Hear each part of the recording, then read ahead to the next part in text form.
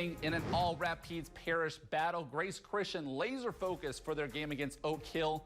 Bottom of the first, it's Canyon Wright, and he can do no wrong. He laces this one past the shortstop to score the Warriors' first run of the game.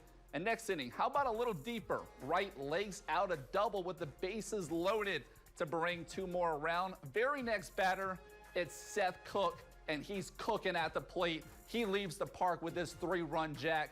Grace scored 5 in the inning. The Warriors bring out the monster energy tonight. Check out this baseball helmet they got there. It's pretty sweet. They go on to win 13-6, and they're back in the semifinals.